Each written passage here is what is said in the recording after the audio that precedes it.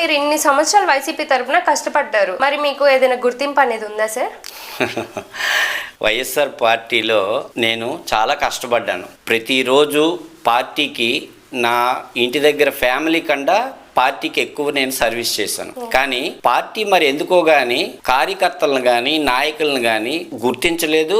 అదే నానుడి బయట కూడా ఉంది. నాలా ఇలా కష్టపడిన వాళ్ళు అందరూ చాలా మంది ఉన్నారు రాష్ట్రంలో.